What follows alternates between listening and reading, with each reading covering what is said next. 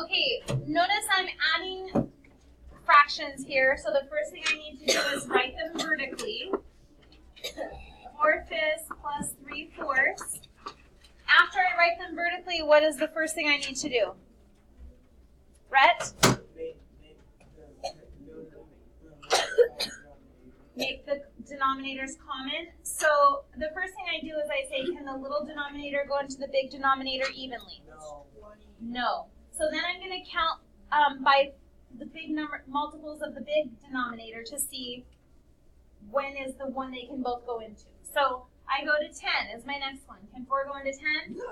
No. What about 15? What about 20?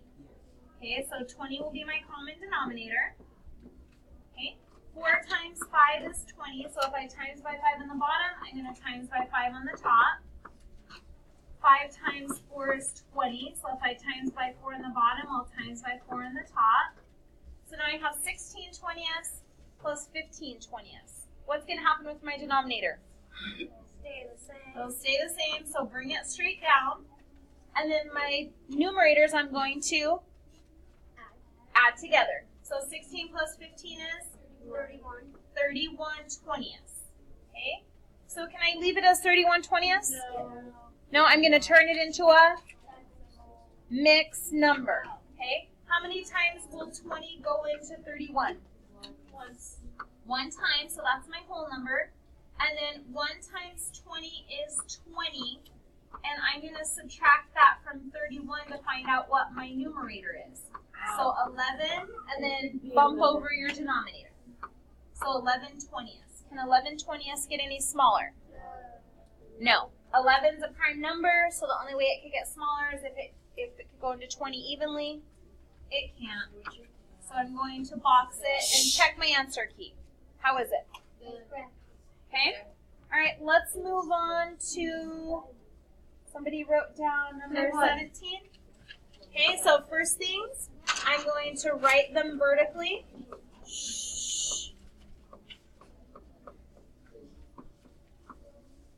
Okay, and I need to find common denominators. Okay, so we're finding common denominators here. I first start out with, can the little denominator go into the big denominator evenly? No, so that's not going to work. So I'm going to start naming multiples of 18 to see which one 12 can go into as well as 18. So what's my next one? 18, and then 18 times 2 is 36. Can 12 go into 36 evenly? Okay, then that's our one. Let's write down 36 and 36. Okay, 18 times what number is 36? 18 times 2, so times 2 on the bottom, times 2 on the top. 12 times what number is 36? Okay, times 3 on the bottom, times 3 on the top. And now I can bring my denominators down because they're the same. And I'm going to add my numerators. 33 plus 10 is? 43. Let's go and add our whole numbers. So I have 17 and 43 36. Can I leave it like that? No. No, I need to switch this into a mixed number. Okay? So how many times will 36 go into 43? I'm hearing one time. Okay? 1 times 36 is 36, so I'm going to go 43 minus 36, and I end up with 7. So 7 will be my numerator. Slide over my denominator. Now, is 1 and 7 36 my final answer? Yep. No. No. What do I have to do with this? Add the whole numbers. I hear add the whole numbers, so what am I going to do? I'm going to go 1 plus 17, right? What does that equal? 18. And do I keep my numerator or my fraction? Yes. Yeah, the only thing I have to think about is, can it get smaller? No. Well, 7's a prime number, so the only way it can get smaller is if this bottom denominator is divisible by 7. Yes, it is. And is 36 divisible by 7? No. Oh, I thought that was 50. No. So I'm going to leave it as 18 and 7/36. Check your answer key. Is that the correct answer? Yes. Okay, we're ready to move on. Okay, so on 21, I want you to notice the sign. What's happening with the sign? Multiplication. We're multiplying now. We're not adding or subtracting, so we don't need to worry about writing them vertically. That's for adding and subtracting. But I do need to have them into fractions in order to times them. I'm just going to rewrite them right here. 4/25 times 15/16. After I have them rewritten, I look to see if I can do what? Simplify. Simplify the numerator, the opposite numerator by the opposite denominator. That's right, and that's called cross simplification. So I can only go across when I'm simplifying. I cannot go up and down. Okay, so they have to be across from each other diagonally. So I look at my diagonals, 4 and 16. Could anything be divided into both of those evenly? Yes. 4. So 4 divided by 4 is 1. 16 divided by 4 is 4. Now I look this way, crosswise. 25 and 15. Anything can go into both of those? I'm hearing 5. So 15 divided by 5 is 3. 25 divided by 5 is 5. And now that's got me down to some really easy numbers to multiply. 1 times 3 is 3. 5 times 4 is 20. Can 3/20ths get any smaller? No.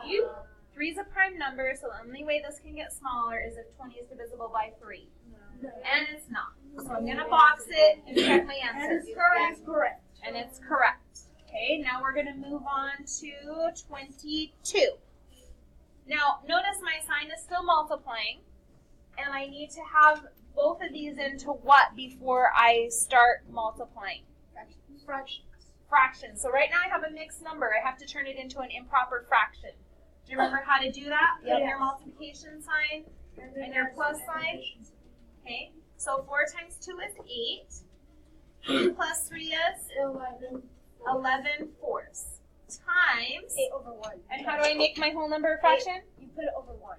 You put it over 1. Can I do that to any whole number? Yes. Nod your head, yes, I can. I can do that to any whole number. I just throw a 1 under it and it's a fraction. Okay, now before I start multiplying, what should I do? Cross simplification. They call it cross simplification. Okay? So 4 and 8, could those be divided by 4? Okay, so 8 divided by 4 is 2. 4 divided by 1. 4 is 1. What about 11 and 1? No. Nope. Okay. So 11 times 2 is 22. 1 times 1 is 2.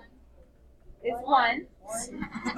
And 22 divided by 1 is 22. Check your answer. Yes. On my answer key it says 22, so I can box my answer. Okay, the next one somebody asked for was 23. I think that you can do it yourself, so I want you to turn these into impropers, cross-simplify, multiply, and let's check back with you. So you do 23 on your paper, and then we'll check it up here. Go ahead and do it. Okay, so I went ahead and made mine into impropers. Okay, do I have my impropers correct? Yes. Is that what you got? Yeah. Okay, any cross-simplification that I can do? No cross-simplification I can do? So I guess I'm just going to have to multiply. 53 times 7, what do you get? 371. I'm hearing 371? Yep. Has that been verified? No. You can't verify your own self. 8 times 2 is 16. Now go 371 divided by 16. What do you get? 16. How? What? Did you notice that you come out with 23 point something? So it's not going to come out even, is it? I know that 16 goes into 371 23 times. So let's write 23 down as our whole number. And then we're going to figure out our fraction. Okay? So what is 23 times 16? 241. It's 368. Okay? So 371, which is what we have in our numerator, minus 368, which was 23 times 16. Okay, subtract those, and what do you end up with? 3. Okay, so 3 is going to be my numerator, and my denominator will stay the same, so bring it over. Can 3/16 get any smaller? Yes, because 16 going to 8, 3 can go into 16 6 times. No. That's 18. Oh. No. Okay, so can this get any smaller? No. No. So box your answer and check it with the answer. How did we do? 5 would be the closest. Okay. Okay, here's what you're going to notice about 24. That's where we're headed now. Look at your sign. We've now switched to division. Okay? There's 3 letters that help you remember what to do on dividing fractions. What are they? Remember? Keep, change, flip. So K, C, F. So some people think of KFC because that's a restaurant. Yep. And then you just have to flip those around to KCF. Okay? So what I'm going to do is take my first fraction and keep it the same, so 7/9. Then I'm going to look at my sign and change it, so my division becomes multiplication. And then my last fraction is 2/3. I'm going to flip it, so it'll be 3/2. Okay? Now remember, keep, change, flip is only for dividing fractions. Some people try to do it when we're timesing. No, we only do it for dividing fractions. Okay? I saw that when we did this lesson earlier in the year when we took our test. People were getting confused and they started doing keep, change, flip with multiplying too. No, we only do it for dividing fractions. Keep that in your head. That would be Okay, so now I have this set up with my keep, change, flip. I look for cross simplification. Can I, thank you. Can I do any cross simplification on 7 and 2? No. What about 3 and 9? Yes. Okay, 3 and 9 can both be divided by 3. 3 divided by 3 is 1. 9 divided by 3 is 3. And now I'm ready to multiply. So 7 times 1 is 3 times 2 is 6. Okay. Can 7 6 be changed into a mixed number? 1 and 1 6. How many times will 6 go into 7? 1 and 1 6. And I have 1 left over. Slide over my denominator. Box my final answer. How does it look on the answer key? Good. Okay, so on number 26, I'm going to change mine into impropers. So 3 times 5 is 15, plus 2 more is 17. Bring down my denominator. I'm going to keep my same sign for right now because I'm not ready to keep, change, flip yet. Okay, and then 2 times 6 is 12, plus 5 more is 17. Keep my same denominator. Now that I have them switched into fractions, I'm ready to do my keep, change, flip. So I'm going to keep my first fraction, change my sign, and flip my second fraction. So keep, change, flip. Ooh, there's a lot of fun cross simplification here. Did you notice? Okay, so 6 and 3 can be simplified. They can both be divided by 3. So 6 divided by 3 is 2. 3 divided by 3 is 1. Look at the 17s. Normally, 17 would get left out of cross simplification, right? But 17 and 17 can both be divided by? 1. No, by 17. So 17 divided by 17 is 1. 17 divided by 17 is 1. And that just turned it into a really easy one to solve. 2 divided by 1 is? 2. Check your answer. Okay.